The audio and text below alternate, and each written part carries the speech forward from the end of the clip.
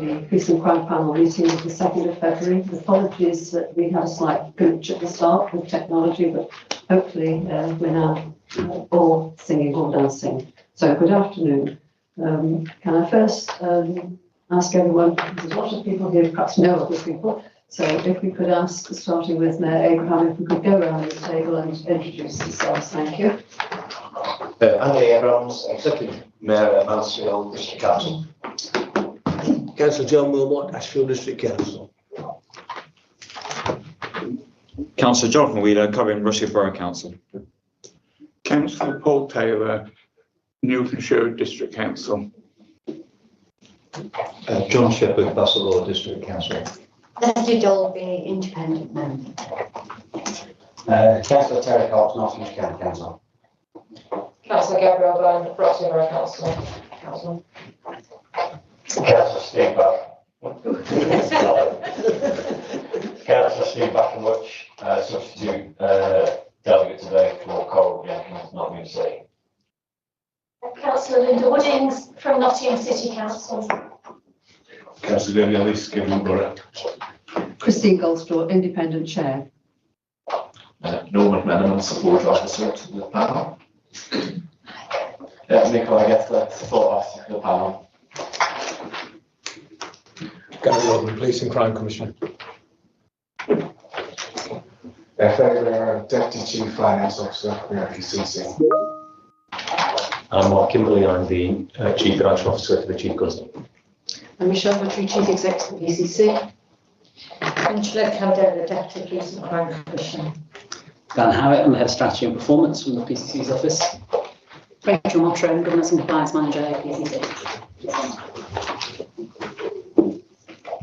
Thank you, everyone. Well, welcome.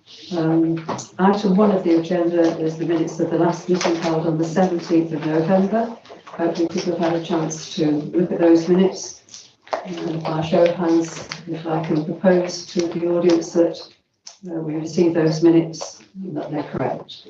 Agreed. Thank you. Thank you. Anyone disagree with that motion? No? Thank you. That takes us to apologies for absence. Apologies for absence have been received from Councillor Coral Jenkins, who substitutes this meeting as Councillor Steve Battlemuch, from Councillor Rob Inglis, who substitutes this meeting as Councillor Jonathan Wheeler, and from Suna Harding. Chair, I believe we have a faulty. We have two. I think Oh, is it all of them? Yes. Well, that's okay, as long as it's not just ours. Yeah. I think perhaps if Do we have to have them on? We'll try and do without them we'll try, if we can. yeah, we'll try to do Will people on, Yeah. people on the broadcast be able to hear them? if you would have to speak really quite loudly, but yeah, if you dress the room forcibly, then hopefully it'll all come through. I think These are to assist the broadcast, but if they're not assisting the business, then let's proceed without. I think let's do that. well, thank you. Hopefully everyone can hear me. I'll do my best. Just before moving on to item 3, I have been made aware that Kate Alsop, thank you, passed away in December. She was a long-serving member on the panel, and many will remember her, and I just thought it was important to let people know that she had passed away, and we give our condolences to her family. If we can move to item 3, declaration of interest by members of officers. If you could raise your hand if you've got any particular thing to notify. No? In that case, we will move on to item 4, the precept, which is going to be the biggest part of today's meeting. As prior to handing over to the Commissioner, perhaps we should give thanks to the Commissioner and his team for several papers that take a lot of work. Thank you for those. And also to our County Council colleagues who've also produced a number of papers to help us understand all the issues around a precept. So thank you. If I don't say it now, I'll probably forget by the end of the meeting. So thank you very much. If we can hand over then please to the Commissioner, welcome, and welcome Rosie. No, thank you very much for that, Chair. Much appreciated, and thank you everybody for attending today. It's an important day. Obviously, it's around the Precept and my proposal, and obviously your role within that is to scrutinise that and make sure that what I'm saying and what I'm putting to the people of Nottinghamshire is fair, reasonable, and able to deliver services. When I first came into the role, my job, is to secure the resources and strategic direction needed to keep the public safe. That weighs heavy on my shoulders and is very, very important that I deliver that for the people of Nottinghamshire. Demand on policing continues to rise. You will have seen that when you've seen that there is a new white paper which looks into and discusses the future of policing in this country, an institution that hasn't really been restructured since the 60s. And that paper is quite extensive in what it is saying, the changes of crime, the changes of need for our communities, and where that lies with local policing. Remember that if we don't balance our budget, you are putting pressure on a real frontline reality. You're talking about things like fewer officers, reduced recruitment, thinner staffing, and this will obviously affect a lot of the residents of Nottinghamshire in many different ways. You're potentially looking at slower response times, reduced visibility, officers stretched ever thinner, and police morale under the strain. Leadership in policing today means confronting hard truths and not pretending they don't exist. And I believe that in Nottinghamshire, we are doing that. We are confronting some of the hard truths. Nottinghamshire can deliver a balanced budget if we agree the proposed £15 on a Band D property equivalent. When I came into office, Nottinghamshire Police was just starting its journey on Operation Catalyst. And Operation Catalyst for me has set the pathway and the determination of Nottinghamshire Police to get this right and get it right for our public. It is a journey and it's not quite a full circle yet. However, we have made huge strides in delivering a better service for the people of Nottinghamshire. And we now have a neighbourhood policing model that is not only comprehensive, but is actually one of the best in the country and recognised by the Home Office. And to that effect, we have 13% of our workforce committed to neighbourhood policing, which is almost double most other forces. So in terms of resources and what we're delivering on the front line, we have made a genuine commitment to neighbourhood policing. And for those of you that may or may not have read the white paper, you will see that that commitment from the government is going to continue in that direction. So we are now, as Nottinghamshire Police, really well placed to service our communities and make sure that they have access to the police. When I came into office, I wanted to deliver a longer term strategy, a plan to deliver services, not today, not next month, not this year, but to 2028, and to make sure that those delivered services reflect what the community needs and the direction of travel in making sure that we have resources for 2028. And I know that you've had a consultation and you've also had a budget workshop. And I hope within that you can see that Nottinghamshire Police is one of the best placed forces within the East Midlands to deliver balanced budget going forward. Obviously, we don't know what's going to happen. We can't make that plan. But what we can say is we're putting ourselves in a position where we can actually manage some of this. We have challenging times ahead. LGR, you'll all know, with regard to LGR, local government reform, the move to the combined authority, and to deliver on the policing white paper.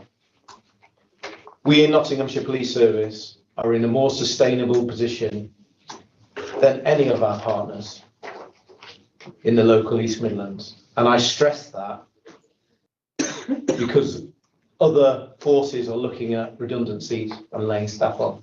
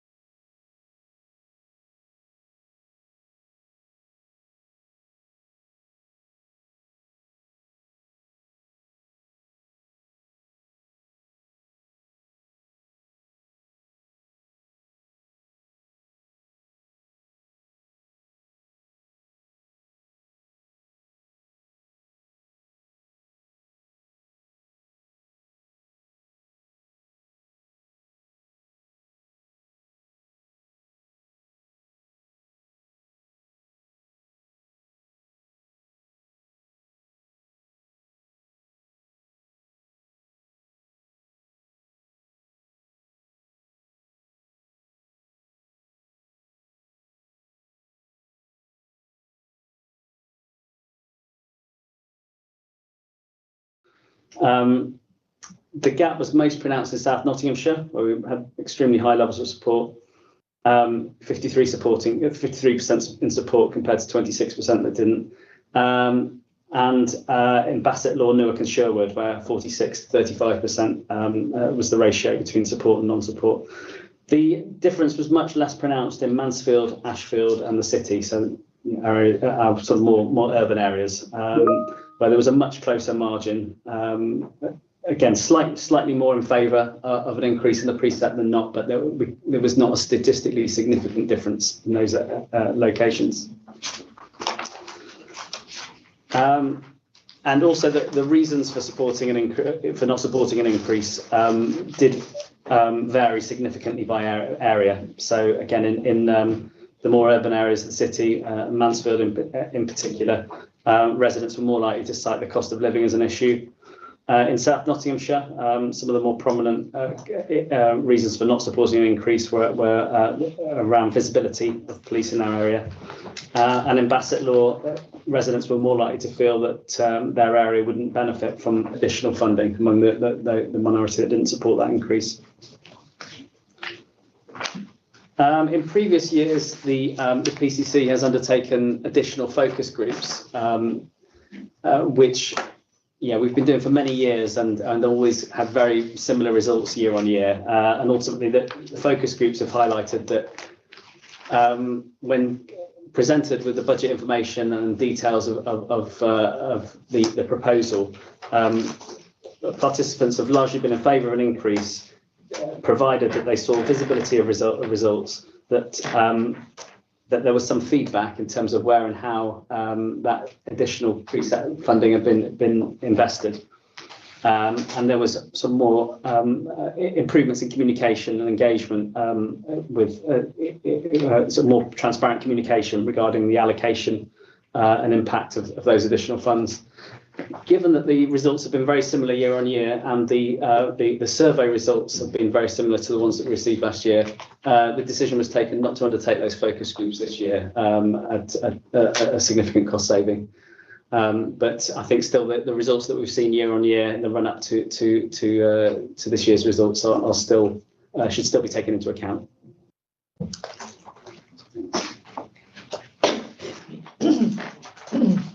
Is that okay? Thank you. Is that the final slide there? Okay, lovely. Okay. So on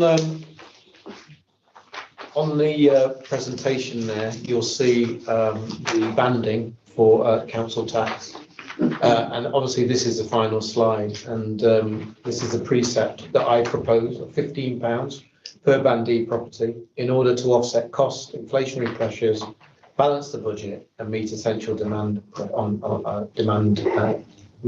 pressures.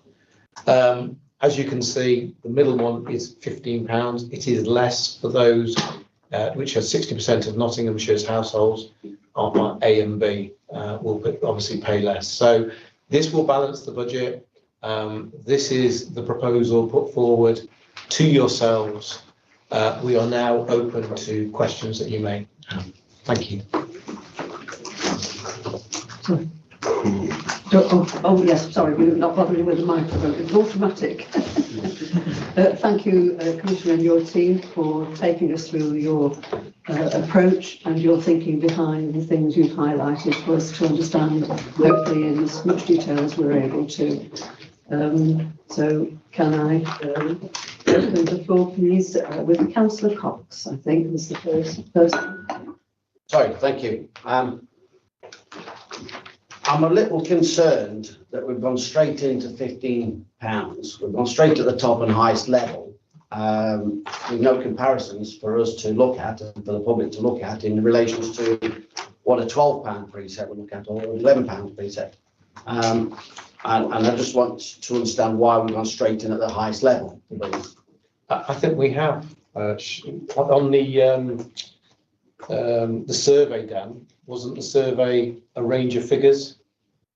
Yeah, so the options were presented for certainly the online survey, a 10, 15 and a £20 banding, and the implications of those were sort of set out in the question in terms of what that would mean in terms of sustainability of services and what could be delivered?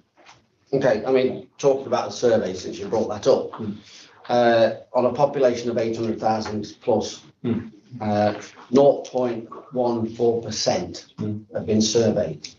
I don't think that's a really good reflection of the whole of the county to give us a true reflection of what the county really looks at. Can we not have targeted more people to get a more generalised view of what the people are thinking? Because 0.5% at 4,284 and 0.14% for the 1,146 people.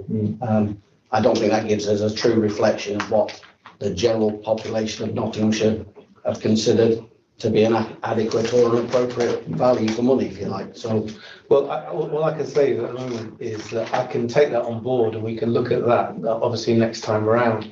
Obviously, with the £15, based on the £15 rate, our budget is, I suppose, in essence, is set by government, as in if you can achieve this, you can deliver X amount in terms of your budget.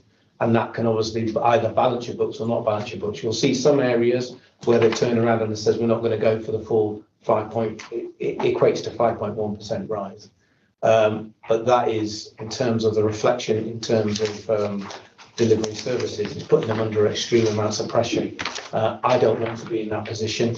I want to be in a position where we can deliver, and we hopefully moving forward will be able to get better results out of that. Thank you. Did you want to come back, Councillor? I think it will lead on to the next question I've got, which we'll come back to. Okay, thank you very much. Councillor Woodham. Thank you so much. I just wanted to come back to the police funding formula, which, as somebody who's been on this committee since 2015, I know Paddy Tipping, back in his time as Police and Crime Commissioner, was lobbying the previous government to say, you know, we need a revised police funding formula. And he was trying to lead the discussions of all the police and crime commissioners across the country who were calling out for this. I noticed in the new policing white paper that you referenced, it talks about, obviously, once the force restructures, we will look at redoing the funding formula. But it also says that in the interim, we will work in partnership with policing to explore the structure and scope of the police funding settlement and consider what steps can be taken in the short term to better align funding allocations within the policing priorities. And the reason I say that is because you know that if the funding formula was revised, as has been put forward, Nottinghamshire would massively benefit from an uplift in our central grant. So can you talked a little bit in your answer saying that discussions are ongoing. Is there anything more specific from the government about what exactly they, you know, what meetings are there happening right now, and how much longer do you think we'll have to wait to get a fair funding settlement for Nottinghamshire? I wish I could give you a date on that. I can't give you a date. I was with the policing minister last week, and she addressed all of the PCCs in London, and the conversation obviously came to the funding formula, because this is one of our big pressure points that we try to apply to the government. In terms of the reforms, there is going to be £500 million to set up the National Police body that is going to consume sort of, I suppose, the authority of the police in many ways with different organisations. In terms of the funding formula, it appeared and felt like it was way down the list. So I can't tell you exactly what the government's plan is. They have said they will address it. That's all I can tell you, because that's what we've been told. So we are a step further ahead than we have been before, because they've recognised it and they said they're going to address it, and it's in the white paper. So I'm confident that over the next year or so, more pressure will be applied, and we will see where that conversation takes us.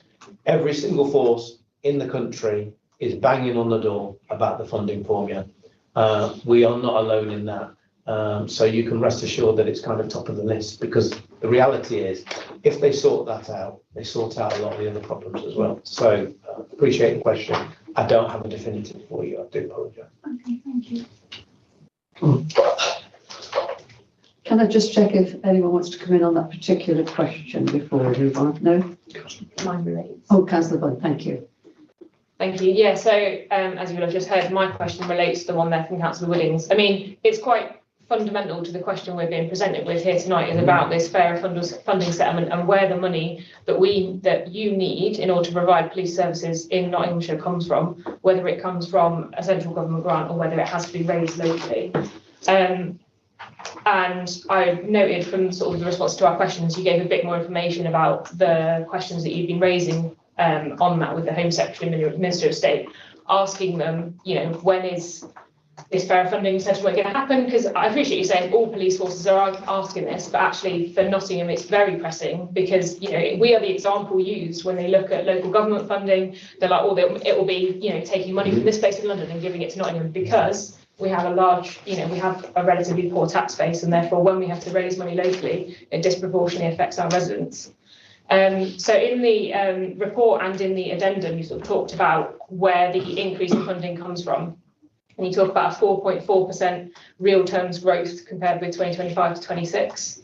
But you also, as you point out, it's only 432 million of this uplift is additional home grant funding, which is approximately a third of the overall increase, which means presumably 2/3 is from local fundraising or local provision. But actually in there you sort of said around 45% of the new money is locally funded. So I just wanted to confirm how much money is, you know, to meet the supposed increase that the government touts and implying that it's giving extra money. Is it a 45% increase that is coming from like local funding, or is it actually closer to 2/3 of that overall increase that has come from local, you know, locally funded initiatives through Precept increases? It's section 1.3 in the addendum has those figures, if that helps. Which addendum, please? The most recent one, police and final settlement. What I think looks into research, I think what you're talking about is the principle between this balance between local taxpayer, national taxpayer, and sorry. Don't need that anymore, do I? Sorry, thank you. Just shout out. And this is one of the issues that we've been raising constantly with them is the fact that actually, yeah, government look at this on an average and across the piece, the lower percentage increase is there for all taxpayers. But in Nottinghamshire, because we have that smaller tax base, that differential that we can raise by £15 compared to everywhere else in the country. And bear in mind, the government figures assume everybody raises everything by £15, and that for us is would be a standstill budget. We only get that lower percentage of increase because our tax base is lower. So that means the demand for efficiencies on the force continue to be higher in other forces, generally some forces, but not universally. And if you look on page, I think it's page 38 of your table, you see our medium-term projections in there. And you'll see, even with a £15 increase, that doesn't balance our budget going forward with the assumptions that we make. Now, we think we need to make another 25, just shy of £25 million worth of savings over the following 4 years. That's a better position this time last year, because that was at nearly 30 million this time last year. So the improvements we're making and the increase and the activities that we've done is narrowing that gap, but it's increasing pressure on our services. We would love to be able to expand our services more or charge less to our taxpayer, and that's a debate that in normal circumstances you will have, but I think that debate's curtailed a lot because of the way that the funding formula is, and it reduces the option that we have the options that the Commissioner has in there. From a Chief Constable's point of view, those demands are real, those increases in pay are real, we have to afford them, we have to deliver services.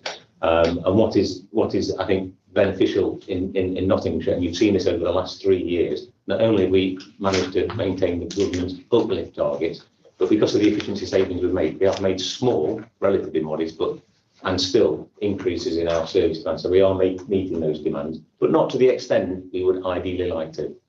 And that's the real implication of not having that funding. So to address your point that you made reference to, so this is across the board in terms of in England and Wales. So that 4.32 million that you made reference to is because it's talking about the new money on top of the increase, and that's what it works out as a percentage. So it's not talking about the totality of the grant that you wouldn't grant, which you would have got previously. It's just talking about the new money and what that split is, how the government has done the calculations. Now, it's an important thing to factor on. They make the assumption that it is £15 and that it is baked in. So before, what you may have had done is that the precept may have been lower and the government would have been supporting that by giving extra funding. Is what you're getting now is the reversing of that, and actually they're putting more of the pressure onto the local tax base for them to include it in the increase moving forwards. So that's why it is that way. Thank you. And if I can just come back briefly, I think I'll clarify hopefully for everyone listening and for everyone here. The important point there is that, you know, as myself and Councillor Woody have both raised, Nottingham needs to be at the forefront of the campaigning around making sure that that settlement, that, you know, when the government talks about these increases in funding figures and sort of maybe misleads people, or certainly, you know, it sort of hides the fact that there is this burden being placed on the local taxpayer and this assumption that that is where the majority of this new funding is going to come from those increases in tax bases. As we've talked about, that is negative for Nottingham in two ways. One, because we have relatively poor tax base, but also because we have, you know, a relatively poor population compared to a lot of areas as well. So if a £15 increase across the country disproportionately affects households here, and it also disproportionately affects our services because we can't raise as much money. So can we have some assurance from Nottingham Police Crime Commissioner that we're going to be at the forefront of pushing, you know, for that fairer funding to be addressed, because Nottingham needs to be, because this is one of the areas that would benefit most from that going through. Absolutely, and from my point of view, we are at the forefront and we're banging on the door and trying to get them to deal with it as soon as possible. The sooner they deal with it, the better. This is an ongoing for many years, as you're well aware. And previous governments, let's be honest, haven't even addressed it. Haven't wanted to address it at all. So finally, we've got it, and we've got it in the white paper. So now it's time to press home on that and try and get it to the. Thank you. Sorry. I'm sorry. I'm so sorry. It's just automatic, isn't it? Smack myself. Councillor Ellis, so sorry. One of the issues that comes up regularly in your performance report to the panel is trust and confidence. How, you know, it's either declining or certainly not improving. What effect will this precept and the budget have on that?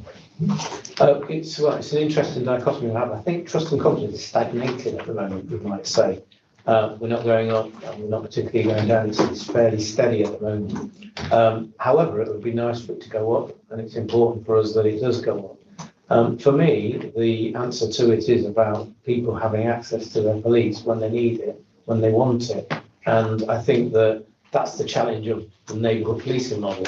Like I said, that now we're in a position where come April next year, this year, we will be in a position where the number of police officers won't actually be sort of strangling us on what we can and can't do. So it'll be for me to sit down with the new Chief Constable at that time and discuss how we can potentially better serve our communities, whether the number we've got is actually working, whether we need to improve that and how we need to improve it.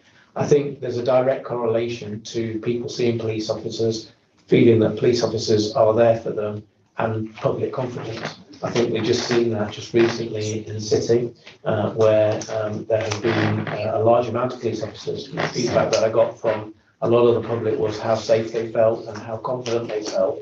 And that's purely by seeing what you would call yellow jackets in the square. So there is a feeling that if you don't see a police officer, you don't feel confident.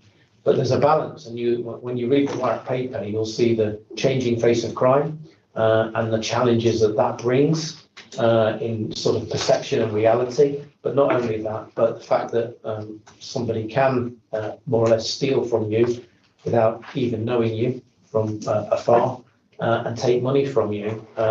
Yet we still have our communities that have a need to see a police officer and a police officer to be there. So I think they're direct correlations to the confidence of policing. And I think if you're in a community where you don't feel that you see the police or you have a relationship with the police, then your confidence is extremely low. So I think it's about how do we deliver the services of Nottinghamshire better, and what does that really look like going forward? Interesting dichotomy. You've got Councillor Taylor. Oh, sorry. I've got Councillor Taylor. I'll come back to you. Thank you. Thank you. About a year ago, I raised the issue of funding of CCTV, and you said that I think Superintendent Woolley was carrying out a review into whether local authorities, the police were getting benefits from the local authorities' CCTV. And you said you would, once that report had come in, you'd consider funding or making a financial contribution towards CCTV. In Newark and Sherwood, we're spending £750,000 on a new system in order to make sure we've got the state-of-the-art system. I asked a question about that this year, and you've answered it, and you've given a position statement, which is basically, I must admit, I felt a little bit insulted when it started off by telling us what our responsibilities are, which we know very well, and that's why we're putting the investment in to serve the people of Newark and Sherwood. But you're saying you won't fund. I would like to put to you that on question 29 that you responded to, you've got a reserve fund that has not been spent for 2 years because it was building up money for the next round of PCC elections. As you know, the PCC isn't going to have elections in 2 years' time now because the role is being abolished. And I would like to ask you to consider using that funding to make a contribution towards some of the CCTV, which makes the police massive savings in efficiency, because without the CCTV, lots of crime would go unresolved. And I know that other districts feel very similar, that a contribution, we're not asking you to fully fund it or pay for the monitoring, but make some contribution to what you're getting from us, please. What I will do is, I was going to talk to you about this later, a new strategic board, and I will bring it to the strategic board for a conversation around CCTV and what it actually looks like and how, if indeed we can support. Did you want to come back, Councillor? No, I'm okay with that. Councillor Shepherd, I've got you, but anyway. Yeah, I mean, this affects affects many districts, including Basel. But I actually had a question more related to what Councillor Ellis was saying about confidence in the police, because I noticed in your survey that in Basel law, it's only a minority, but it's higher than in other areas that if they object to the rise, it's because they're more likely to feel that their area won't benefit from additional funding. So it's what you're saying about visibility and I think that's, well, specifically Bassett law, from my point of view, I know that Bassett law in terms of confidence took a dive when they removed the custody suite, and that really impacted the community. And from my perspective, where I'm picking this up from, I don't think it's ever really recovered to its previous sort of level. They clearly want the police to be there. They want to have that relationship with the police. I am looking at ways in how we can better improve that. And hopefully we may well be able to look at, it's not a promise, but we may well be able to look at having a separate police station there. Well, I know there's a police station, but I know it's in the council building, and a lot of the community are thinking we need to see our police station.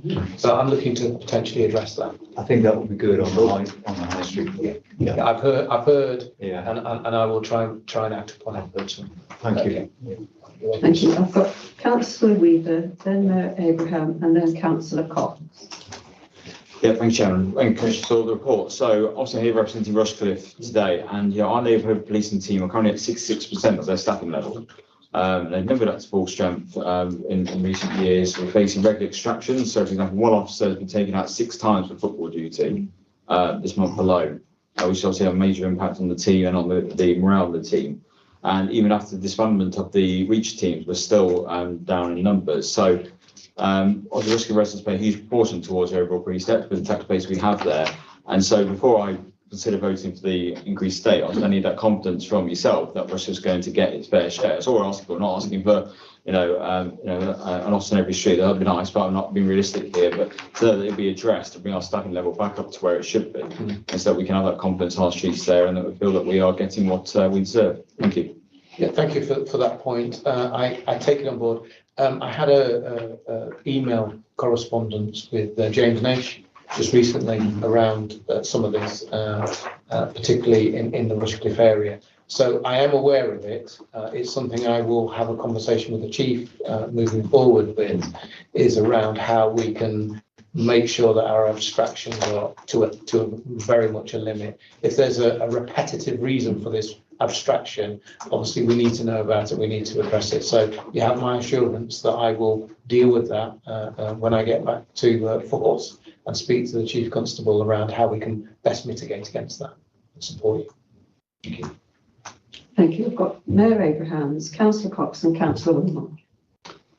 We're back onto CCTV, you know. So I've been mobbing since 2019. Yeah. We all appreciate the great benefits for our community, police, etc., and we've continued to keep investing, but it's costing us a lot of money every year in the balance time budget. You know, this year, you know, for all the services that we deliver in Mansfield on the £212 each person. So we really do need some help with this, and I'm not going to stop trying, because every year I raise it again. So strategic board on the 3rd of March. Who's being invited? Could we have a representative from the PCC? I'll volunteer. I don't know who's invited. And it really talks about changing the landscape, new duties, responsibilities. So that part of it, I'm really interested in a bit more detail. The other is, we're always trying to shake the tin to find out, where there might be some more money. And obviously one place was highlighted, and we all kind of look at those reserves. So another thing about that is the reserves seem to have gone up £10 million to 49 million over only a few years. And we've been through a cost of living, so for me, something can't be quite right there. I think there's got to be somewhere, especially when we look into the future and where we're going. If we keep looking at things the way things were instead of where we're going, I just instinctively feel there's got to be some a different way looking at some of those areas that might be able to help us with that solution. And one more where I think I know a bit more detail about, it's question 18 for later, but it's about the PFI and the 3.5 million and what that actually means in terms of that amount of money. So that's the shaking the tin bit. Okay, so 3 things there. Let's just talk about CCTV. So it's not lost on me that £2 million being spent on CCTV across Nottinghamshire. We have a vast coverage of CCTV, and logically it makes sense that we make sure that is resourced. It would be an utter waste of money if we didn't. So when I say that we'll bring it to the strategic board, let's bring it with everybody around the table to discuss how we can best support everybody and make sure that CCTV is a huge part of our policing model, because we know the results that brings. So in terms of CCTV, the door is half open for you. It's not a question of keep on batting on the door. We need to sort something out. Let's have an adult conversation and see how we can best do that. So that's your CCTV. In terms of reserves, do you want to talk about that? You mentioned the increase in reserves to circa 10 million.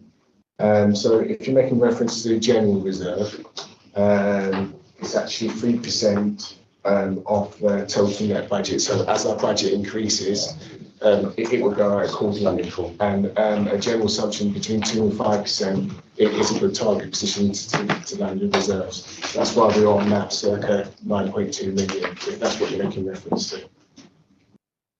I'm making reference to the larger figure, the pattern over the last 2 or 3 years that we've actually had an increase in the number of reserves.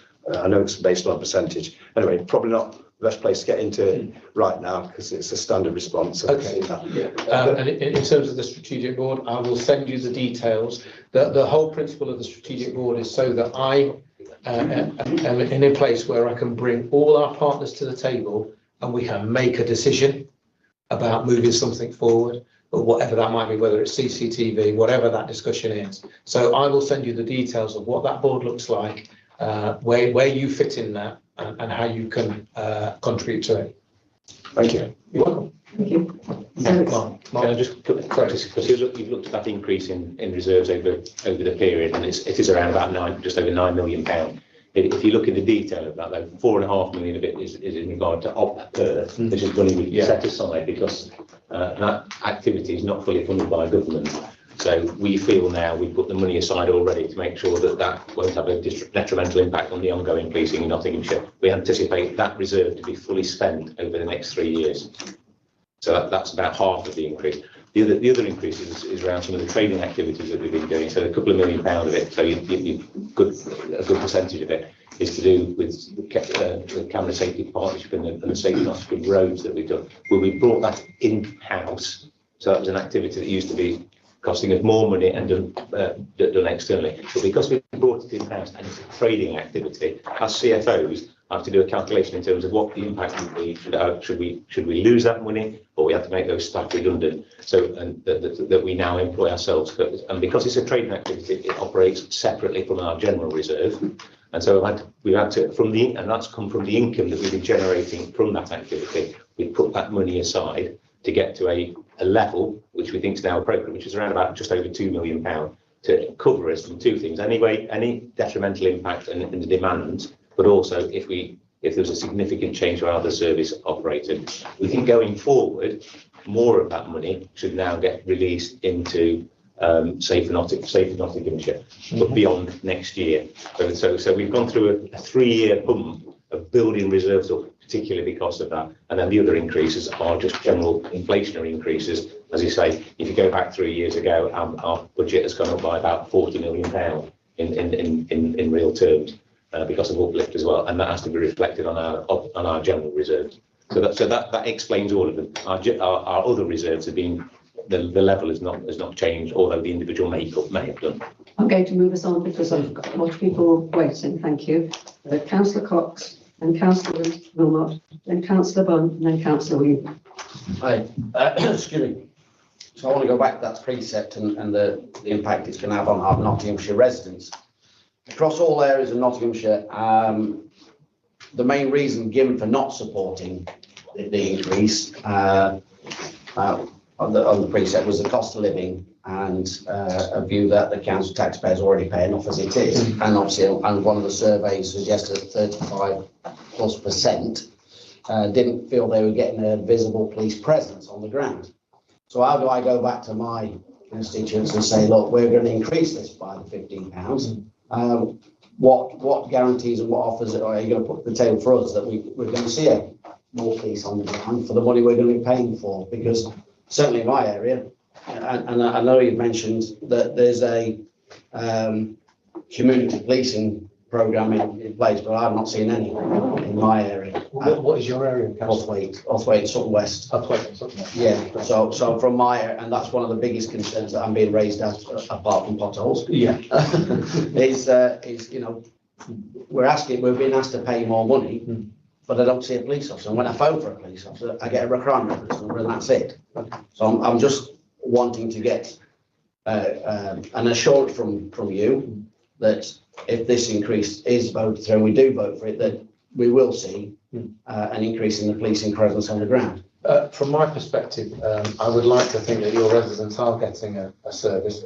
You're telling me that they're not. I don't know if you have a relationship with your local inspector. I'd like to find out who it is. Right, okay. So,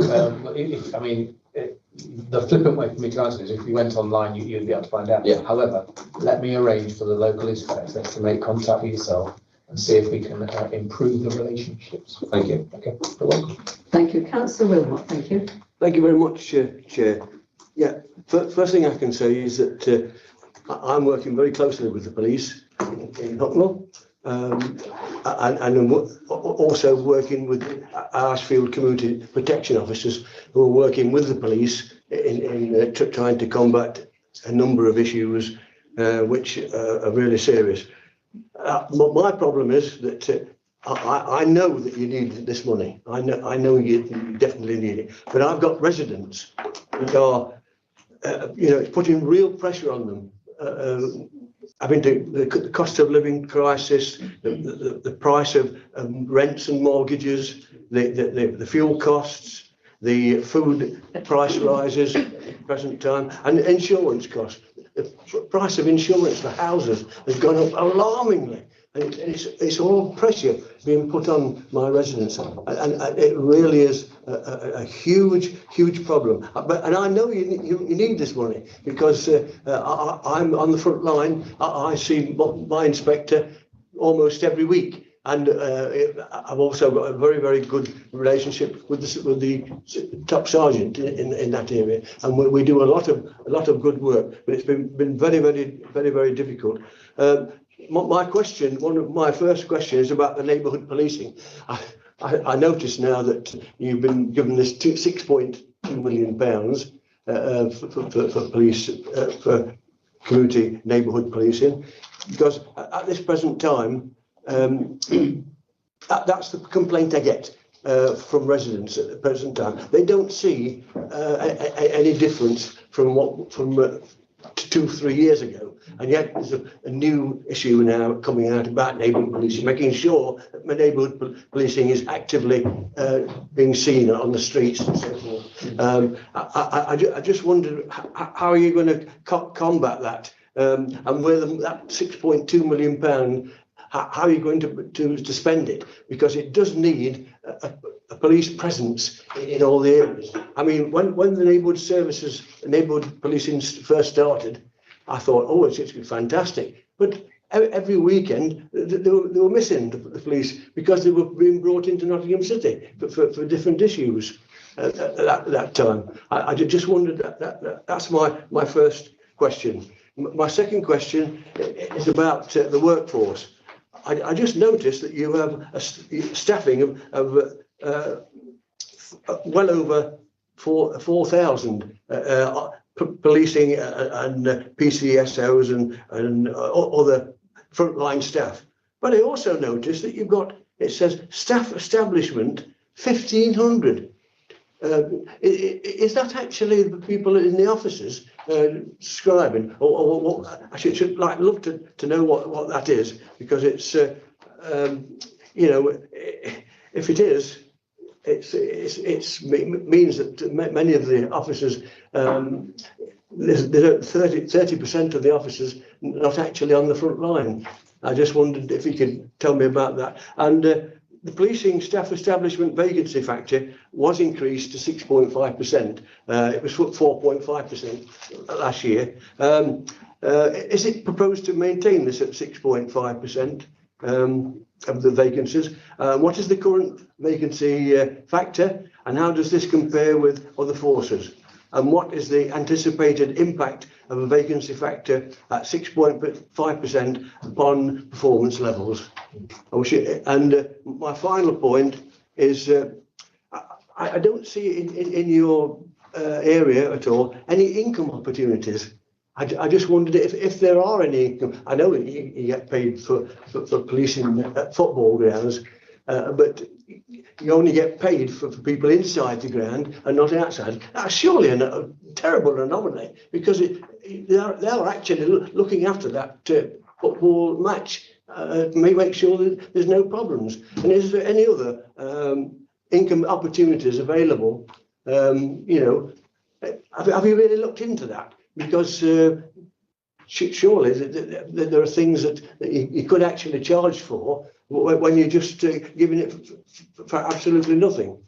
And that's my input. Thank you. Before responding, Commissioner, if I may, and colleagues, I'm mindful that several people need to leave fairly soon. So we have got 2 or 3 questioners, which I'll pick up.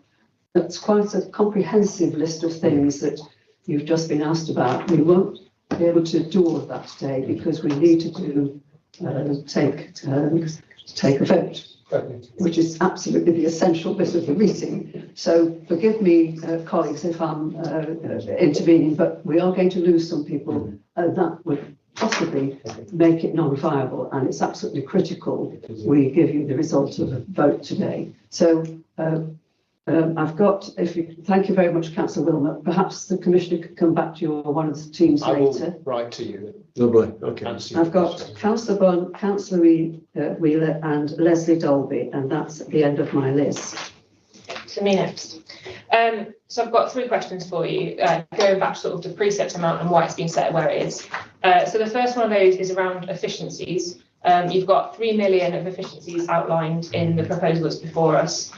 We asked a supplementary question for this about additional, previous year's efficiencies. And you said that in the last year you made 4.9 million of efficiencies. So I wondered why you set it significantly lower than that for this upcoming year, because obviously the more money you can save in efficiencies, the less money you need to get from the precept. And also I'd like to know, what was your actual target for 25 to 26? Obviously we know what you sort of said, what you achieve or you think you're going to achieve, but what was the actual target? And also, did that include any efficiencies that you haven't been able to make in previous years? My other question was coming back to the topic of reserves, and I fully understand what you're saying, where you set the amount of reserves to be about, between 2.5% of the overall budget, and in terms of general reserves. I think the concern that we have looking at is there's a substantial amount of reserves that don't fit within that general budget, that are set against specific items. I think 4/5 of the overall reserve is actually sort of very specifically earmarked reserves. Are there any reserves in that could actually be reprofiled to be general reserves and therefore, affect that picture and, balance that out a bit more? And I think one of our follow-up questions is question 29, which you gave some specific detail about some of those. And for example, there's 1 million in reserves, which is for police crime commissioner elections, which are not, going to be happening at the moment under current plans. And so presumably that can be reprofiled now as general reserves, and is there anything else there which obviously will change that reserves picture, which we need to make a decision on? And my final short question, hopefully, you talked a bit at the start, police crime commissioner, about the loss of hotspot funding and the idea that this is going to be offset by sort of rolling it into business as usual, but also the increase in neighbourhood policing. What amount was lost via the loss of hotspot funding, and how much have we gained through increasing neighbourhood policing, and do these amounts actually offset in practical terms, or is there another deficit there that needs to be picked up by an increase in the precinct? So again, there's an awful lot there, Commissioner. I'm not sure if there's just the 1 or 2 that you want to respond to, and perhaps the rest could be picked up later if the council is okay with that. Okay with efficiency. Can you do a quick response? Yeah, I just want to. So on efficiencies, you'll see from the answer we've been generally over the last 4 or 5 years being between £3 and £5 million every year in terms of our targets we set in the budget. Every year we've overachieved against our efficiencies. Sometimes some efficiencies have been lower, some's all right, but overall, in every single year we overachieve against our efficiencies. We have, in terms of our we separate our efficiencies into 2 lots. One we call our business as usual efficiencies that we expect to arise as part of our normal challenges, and that's built into our medium projections, and that's been moved up a little bit because of the successes that we've had. And the difference, which is nearly £25 million that I spoke about earlier, we will look at what we need to achieve each year as settlement and outturn the previous year comes forward. So and we call that our stretch targets. That's where we have to push further. So we have got some plans around those, but because they're the stretch targets, they don't factor in at this stage into those medium-term projections, but they will come in next year. We would anticipate this £3 to £5 million level being achievable for the next couple of years. But it is becoming increasingly, as you can appreciate, increasingly difficult. And actually, as more and more of our net spend is based on salaries, all of our numbers and grant is now fixed to getting the same number of police officers. It's very difficult for us to actually make more and more savings out of what is effectively a dwindling amount of non-staff spend. In terms of the reserves, that £1 million on the PCC reserves is around if we need to call out an election in terms of a referendum. Right, so it's not about the election per se. It's about potential for a referendum, which will continue for the next 2 years, couple of years. And again, at that stage, we may be a choice in between time about looking at that. But I will still emphasise that we've still got a £25 million deficit in terms of our planning horizon. But we look at that every year. That's a decision. It's predominantly a FA decision, but it's a debate between the two of us in terms of what's reasonable. And hotspot, I can't remember the figure off the top of my head, but it's I say it's £1.5 million. And so what's coming under the neighbourhood policing grant is some extra resources, which we think will work out at about an extra 30 officers. The way that works though is that those 30 officers will be there permanently, and because they will need shift patterns and so forth. So we'll have some flexibility around delivery of that. Whereas hotspot funding, we could throw overtime and resources at a particular period of time. So what we'll do is actually smooth out that provision throughout. So there will be a more general provision that will be at a slightly higher level, less ability to do that intense provision. But the deficit, which is probably the figure that you're probably more interested in, it is doing a quick yeah. So we're talking around about similar value. So we probably, so it's not a significant reduction in terms of the two, but it's into core policing now rather than hotspot. And once you factor in inflation, it is a smaller figure than was there previously. So actually, you're trying to say you'll do the same amount, but really for less money. And our flexibility is there because we've got to have those police numbers to get the grant. So we have to have them, as you say, we're replacing targeted spend with general spend. 1750 across the country, with the programme for 30 in terms of officers. Thank you. So move on, Councillor Wheeler, and then Albert. Thank you. Yeah, thank you. So mine was around rural crime in Rushcliffe. So there's been no direct financial investment or grants towards rural crime in Rushcliffe. And I know you've been to the event recently in Rushcliffe, so you heard directly from some of our people in our villages in the rural areas of Rushcliffe. Now, other areas of Nottinghamshire and Notts, to compare well to North Leicestershire, if I give an example there, with their rural police and their dedication team, they've seen some really good results over there. I spoke to some of our farmers over there as well, and some residents. So speaking to some of our police officers on the ground, there's an issue with training in terms of the equipment we currently have and not a dedicated provision. So for me, we're asking whether, there's been a lot of pitch this funding, so I'll put my pitch in now for Rushcliffe there, that there could be some dedicated funding put towards rural crime, because it is a big concern to our community, especially when there's much harder for obviously the police response times to get out there and the high value of a lot of the equipment out there on our farms in particular. So it'd be really good if we could have that sort of shows that we looked into in terms of direct funding. Rural crime in Nottinghamshire, in terms of the model that we offer from the NFU, we offer the best model in the country. That's from their words, that's what they said to us. And our model is based in neighbourhood policing. So our neighbourhood teams are based in the area. You don't have a team of 4 or 5, you have a team of maybe 1 or 2, but they specialise in rural crime and rural activity. Force-wide, we have approximately 50 officers. Leicestershire will have about 6 officers for the whole county. I think Lincolnshire got a similar sort of number.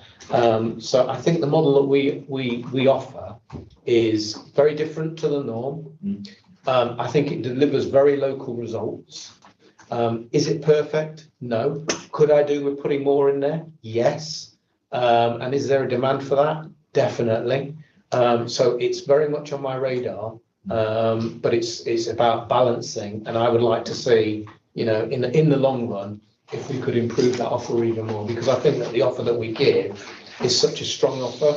And I think it's the model for the rest of the country perhaps to follow, but that's obviously down to individual police forces and their resources and how they balance it. So the answer to your question is, yes, yes, yes. If I can deliver more, I will deliver more. But it's something, again, I need to sit down with the chief and talk about resources and how we can potentially join things up as well. Sometimes it's not about the officers on the ground. It might be what's going on behind them and how we can make sure that it's all joined. I'm also very aware that some of our rural communities suffer a lot from border crime. And that produces its challenges in itself. But I know that with Bassett Law, there's been an agreement that we'll pick up and take on whatever comes across, and they'll do the same as well. There used to be a bit of a postcode lottery with it, but we're starting to get past that and have adult conversations, adult relationships around some of these sort of, I suppose, operational matters. The answer is I'm very into making sure rural crime is succeeding in Nottinghamshire, because I think the offer we do is actually countrywide, probably one of the best by far. So yes, and I went to a rural crime just recent event at Newark, and a lot of the farmers came up to me, and I was, just saying, Gareth, we think you're doing a really good job. Keep it up. Just keep it up. Just keep the pressure on. So it's very much on my radar. Mrs. Darby, thank you. Thank you. I think Mark's actually already answered my question, but I'll just ask again for clarification. It was just on a minor point that the additional 30 officers in relation to what we are now in the core grant, and then I wanted to know whether the neighbourhood policing grant may allow for expansion for a further 30. That's in addition to the one that are already It is. Obviously, the funding's coming very, very late in confirmation and the impact of it. So this morning before this meeting, we were as our Force Executive Board, we were looking at our new target operating model. So this is a conversation we've not yet had with the Commissioner, but in principle, we're looking to use all of that funding for extra neighbourhood policing, because again, the conditions are such that it has to be spent on neighbourhood policing, which is really a challenge for ourselves, because as already explained, we already do probably double the average in terms of neighbourhood policing ourselves. So to actually keep putting more and more into an area that we feel we've got very well resourced, always could do more, but very well resourced, because we've got competing pressures then in other areas, is a challenge to us. But yeah, we would anticipate in full around about 30 extra PCs in neighbourhoods, in some shape or form, yet to be decided. But as I say again, we've had about a number of hours to actually look at what this means for us. But yes, it will be additionality. Thank you very much. Thank you. Thank you everyone for your forbearance. I'm now going to hand over for all the technical, important matters to our learned colleagues. Over to you. Well, thanks for the full and frank discussions over the past while. I just want to remind the panel of the recommendations that are before it, and that is that the panel uses its powers in accordance with the Police Reform and Social Responsibility Act 2011 and the Police and Crime Panel's Precepts and Chief Constable Appointment Regulations 2012 to review and make recommendations regarding the Commissioner's proposed precept for 26-27, and we've certainly given that a good go. And then second recommendation is that the panel support the proposed increase in Band D council tax by £15 to £311 and 10p. So we're going to take a vote on that from panel members. Could panel members, those for the proposal increase, please indicate. Right. Can we just make a note?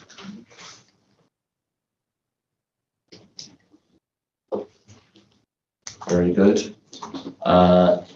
Any abstentions? Anyone against? One against. Thank you. That is carried.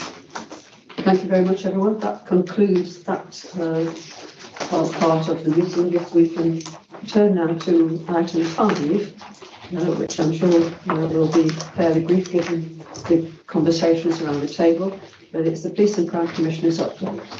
Yeah, thank you for that. Thank you, Chair. Quite a lot has been happening, as you're aware, in policing and Nottinghamshire. So, first of all, I mean, I've already mentioned it. I've now introduced a strategic board and had the first meeting on the 11th of November. And this is about bringing, obviously, executive level partners to the table to discuss the strategic direction for Nottinghamshire. I think it's fair to say that I've been a bit frustrated in the to some degree, some of the meetings that I've had to attend, and I haven't felt that they've delivered a direct answer or result for the things that, and the direction that I think we should be going in. So I've now formulated this new strategic board, which will sit every I think it's 2.5 months or whatever, and will bring partners together to discuss some issues that we have in Nottinghamshire. So that's everybody around the table that can actually make a decision and say, yes, we're going to do it and get on with it. It's not about operational, it's really about strategic direction to make sure that we're gelled together and we're trying to deliver better outcomes for our community. Also, operations in Nottingham City Centre have delivered significant improvements in safety. For those of you who were around at Christmas, there was Operation Listings 2, which was in Nottinghamshire, and obviously Nottingham, the city centre, was swarmed with police officers and high levels of resources. There were some incidents in Nottingham. However, that did deliver arrests, 92 arrests, those featuring drugs, robbery, and bail breaches. And the feedback that I've had so far is that that was well received by the public, and it's about what do we do next. So that's about talking to our partners and how we bring those together. This was, whilst Operation Listings was obviously I suppose, a police-driven operation, our partners from the City Council were involved in that, and all our sort of providers were involved in making sure that we delivered a safer Nottinghamshire for all over the Christmas period, and it was very, very well received. I also launched a flagship e-scooter campaign, which I know that you, some of the panel, have been to discuss and have a demonstration of our e-scooters and some of the challenges that some of our officers face in dealing with illegal e-scooters. That campaign, I think, went quite well, and it was based around really stressing to parents, please don't buy your kids e-scooters, and the reasons why they would be illegal or legal, as the case may be in some cases. But also it obviously went to bikes as well, some of these bikes that are going around, and we're now in a position where we can identify them quickly. We've got a machine where we can identify whether they're legal or illegal bikes, so that helps with that operation. I know that you've met some of the police officers involved in that, and we had an interesting session back at Court. And we saw it on TV too. You did. So I think that's gone very well. I'll just quickly pass to Angela, who will talk to you about the White Ribbon and Walk in My Shoes campaign. Thank you. Basically, the White Ribbon campaign, we presented that here as an accreditation that we are very proud to have received in September, and the campaign itself was on November the 25th, followed by 16 days of activism. Those 16 days of activism, we did it differently. We actually reached out to our male allies to come on board and send a message through our social media on video. And I want to thank everybody who was involved in that as well. In terms of the Walk in My Shoes, it was a survey that was initiated from the force, and they had that survey online for over a 3-month period. And once the survey was closed, they recognised there was a very low uptake from the ethnic minority women. So having a number of meetings with them, they agreed to open the survey, and as a PCC, we led on that survey to engage and consult with women from ethnic minority, and that was from the Hong Kong communities to the Mongolian communities to the travellers to the African, Caribbean, Asian, and a wide range of other community groups we have in Nottinghamshire. Once that survey was completed for the second time, we had just under 800 women from ethnic minority and girls completing that survey, because it's important for us that we hear the views of every woman and girl we can, because the survey was about where do you feel unsafe, where do you feel safe, where are the hot spots where you feel unsafe. Some may be where we will put a help point, others it'll be extra lighting, just like outside county council where women are going running and jogging. They want extra lighting. It could be extra police. It could be extra CCTV. So that is what we're looking at now and what we're going to do for the next steps forward. In terms of Commissioner, do you want me to speak about the visit from the Minister on Thursday? Yeah, just briefly. The Minister wanted to come and visit Nottinghamshire and especially look at our WARG and safety initiatives. And it was a very tight schedule on Thursday morning, from Operation Wrangler about the e-bikes to where we're going to be installing the help point on Angel Row, to the knife arch, to the help point on Shakespeare Street, which is in partnership with Nottingham Trent Uni. Then they was talking about safe space pledges we have. She was very interested in Operation SafeNet. She wanted more help points herself in Birmingham, because we spoke about all the help points at the tram stops as well, and the additional help points we are installing and the ones we work in partnership with other organisations. Very impressed with the whole visit, very impressed with our initiatives and very impressed with the partnership working, which followed by an email the following day talking about all the positive work that we're doing and the partners, how we've come together and how we deliver services around WARG and safety. So, and she also was looking at spiking as well. So it was a really positive visit as well. And so she enjoyed it. So hopefully she'll come back pretty soon. Thank you. Thank you. And for me as well, as part of the government's Safer Streets Winchester initiative, there's a week of action tackling shoplifting and retail crime. And this obviously helps strengthen the relationship of retailers and diverted offenders into treatment. This wasn't just in the city, this was also in Newark and Bassett Law and Mansfield, where a lot of the officers worked to target prolific offenders and execute arrest warrants and issued criminal behaviour orders. So that was quite a success. And just finally, just a few things. Obviously, it's already been mentioned, we've had the policing white paper, which gives a vision for policing moving forward. So I'll be working on that, and what does that mean for Nottinghamshire and how we can best get the very best out of that paper, and make sure that things, for example, like the funding formula are front and centre, because I know how critical that is for us and our communities.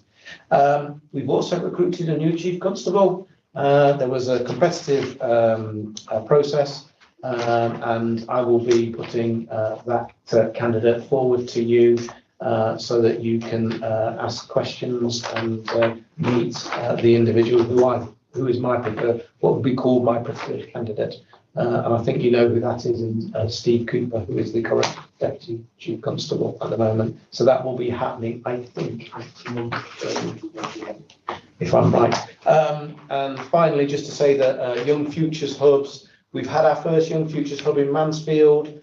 So that process has started, and this is about how we engage with young people who might be on the periphery of crime, or who might be just starting to step into that void.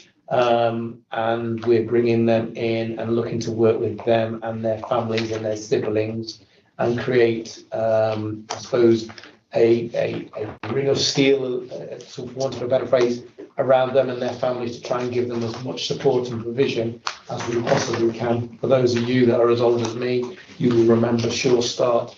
It's not a dissimilar operation, but it's very much targeted at young people who are on the periphery or involved in crime, or maybe have siblings who are involved in crime, and seeing how we can divert them from those activities. So there's a sort of précis on some of the things that have been going on. As I say, it's busy out there. You know it's busy because of LGR and obviously the Combined Authority and the announcement of the Home Secretary for the abolishment of PCC. And what does that look like, and what does that mean for Nottinghamshire? Thank you, Commissioner. Questions for the audience, please. Thank you. Yes, well, I just want to say, just by coincidence, and it was a pure coincidence, last Thursday we had a pre-planned Love Your City Centre event sectioned on the Market Square, and it was incredibly well attended by all of the partners, and then the ministerial visit accidentally came through as well at the same time. So it all tied in very nicely. We had a group of people there doing the immediate justice scheme, and I had a chance to talk to two of the supervisors there. They're saying it's been remarkably successful as far as reducing reoffending rates. And so, I mean, I'm not sure, I think at the next meeting that we have, I think we have an update about the immediate justice scheme, but it was really good to see some additional information about that scheme. I certainly wasn't aware that they are as active as they are as far as actually non-court disposals for individuals. So hopefully we can get some really quality information about the success of that scheme and commitment for future funding for that sort of non-criminal disposals for more minor offences. Councillor Woodings, it's on the agenda for your March meeting. I just saw that, yes, but I was just saying if we could have the additional info about the the turnaround of individuals through that scheme and how long it's been going, how many people have been through it, what sort of activities they've been doing, along with up-to-date reoffending rates at the, I don't know what, at the end of what period that will be coming through. Yeah, just to say that I'm a big fan of the justice scheme, and for me, it is an answer to some of our court problems. It's about how can we divert, but the results in it are astronomical in terms of moving people forward and not reoffending and so on and so forth. But we'll go into that in more detail. But it is a very good scheme. What's the fun thing? Yeah, so I just want to, there's a few things I'm going to pick up in one large meandering question, and apologies for that in advance. I think the core thing comes back to is this strategic board you mentioned quite a few times throughout this meeting, and to ask if we can have a bit more information about how that board is structured, how it relates to the other boards, and what the what that structure is going to look like in future, because I think it's quite key.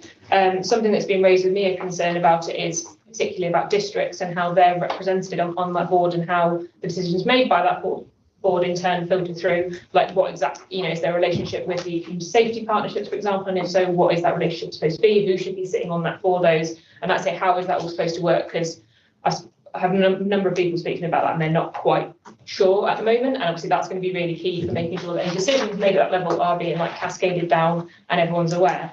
And related to that is, I wanted to talk briefly about the e-scooters and e-bikes.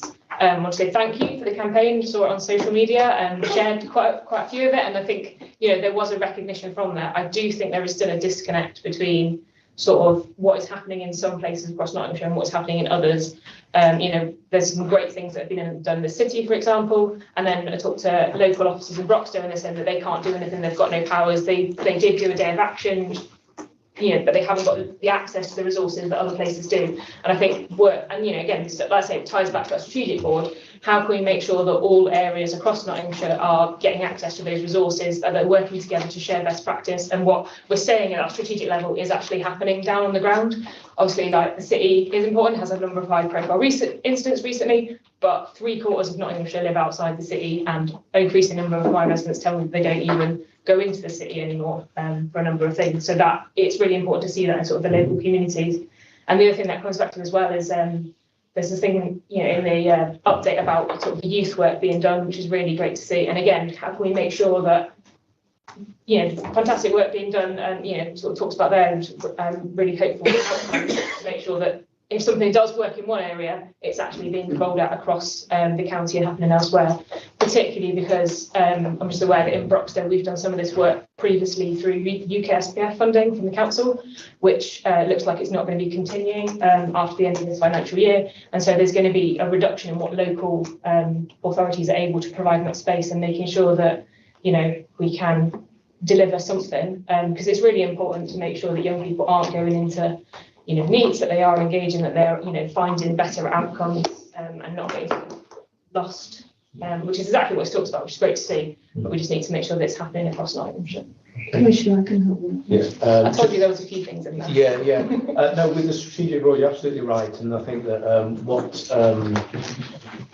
you've identified exactly the sort of things that we need to bring to the table to make sure that we do get those resources spread evenly. And it is about who feeds in. We'll give you a model of it and you can have a perusal and a look and then obviously feedback in. The e-scooter, your comments are welcome with regard to the e-scooter campaign and the youth work. So if you're talking about the youth hubs, the first one's happened in Mansfield, the next one is going to be set up in Astle to sort of bring that cohort in there. So it's an ever-evolving, moving picture, but it's something that we need to sort of discuss and open up and explain to you exactly what that is.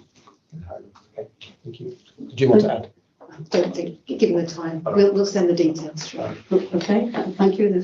You wanted to just say a few words? Well, I think the strategic board we've brought as an update previously, Chair and Councillor, but we can provide the detail in relation to what it's to achieve, but it's to rationalise structures around our community safety discussions in the city and the county, and our serious violence reduction board. The two have been rationalised in with extensive consultation with our statutory and other partners in relation to that rationalisation. How the districts and boroughs feed in through the CSP structure has been discussed. We're still, as we've said, learning how we go in terms of making sure we're having strategic discussions and issues are escalating up for that strategic discussion.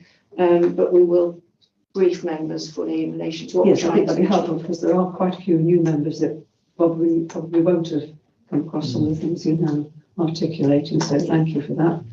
If there's no further questions, can we move to item 6? Sorry. Councillor Wilmot, I'm so sorry. Thank you very much. I just want to ask you a little bit about what I've already spoken about, the neighbourhood policing situation. Ashfield is just in the next few weeks we're opening up our first neighbourhood pub. I don't know whether you've heard about it. Yeah, and you are putting police in there along with other deliverers of services, whether it be the NHS, whether it be the fire service, it doesn't matter who it is, and it's been put into a hotspot area where it needs to be. And you know, if this works, we're hoping to put it in all our towns where the hotspot areas are. I just wondered what you thought of that, about that, because that £6.2 million, it's essential that it's spent well, and it's also it's a chance to address some of the petty crime that's going on, because you know, if people get away with petty crime, they move on to something more of a problem. I mean, but when I mean petty crime, I mean shoplifters. Yeah. I don't know whether you knew about this, but it seems that police are very what should we say, not happy to go and use police time if it's less than a certain amount of money. The actual bags of what is, you know, the cost of it, yeah, and so forth. Yeah. Of course, all types of car crime, you know, the small car crime, speeding cars, parking issues. And you're going to say to me now that, I mean, and parking outside schools is a really serious, you're going to say it's not Scandi Council. But what needs to be done is to formulate with the police a strategy of going forward, making sure that it's addressed, because it's not being addressed at the present time. It's very difficult. I understand that all these problems are difficult, but it's essential. And it's same with the e-bikes and the bicycles, you know, all over the place at the moment, even though you are catching a lot of them. But it's still an increase, and as you know, the drug problem it seems to be with us for the last 20 years. It's the improvement is very difficult again because it's happening all over the place. But you know, and updating information of what you're doing to the general public is essential.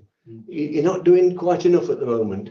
If you can address that situation as well, make sure people know that you are doing something, rather than people saying to me, "We never see a policeman. Oh, they never do. Police don't," and it's wrong. But we have to address that situation, all of us, as in a big partnership to make sure that all those problems are sorted. And as I say, hotspot areas, I'm a bit perturbed about that, the grant going from there, because it's essential when in the hotspots areas, if the crime happens, then it needs to be addressed, and it needs policing in that area for you know, for weeks, months. So it depends on how bad the situation is. But if that's going to stop, it'll be a real problem, and people will get disgusted by it all. Thank you. Thank you. I'm sure you've made a note of all of that, Commissioner. Thank you. Then, if people are content, can we move to item 6, which is a short statement? Yeah. So it's just the work programme. You'll see that the next scheduled meeting at the moment is the 23rd of March. The team, myself, Nick, is in discussions with the OPCC about making arrangements for the Chief Constable's confirmation hearing, and we'll let you know as soon as we have things firmed up when that will be and get that arranged. The County Council Municipal Diary hasn't been completed yet for 26-27, so, but we hope to be able to share dates for panel meetings in 26-27 with you at the next meeting. Just also to say that we've put in a couple, following the very successful meeting in December, we've got 2 proposed dates, one in July and one in December, to have further meetings, and if the panel is content, we'll firm those up and get an invite out for those. Thank you. Thank you very much. Just a quick question. Would it be possible at some point to have a briefing on the white paper? Absolutely. In that case, thank you everyone for your attendance. Oh, sorry, Councillor Bull. Sorry, one very quick thing. Something talked about, I think it was at the last meeting, it might have been on before, was about discussions around making changes to the responses when people report crime, and you know, how they report crime and what they get back when they do. Is it possible to just have something on that in the next update that you do? Thank you. Declaring the meeting closed. Thank you very much indeed, everyone. Thank you very much.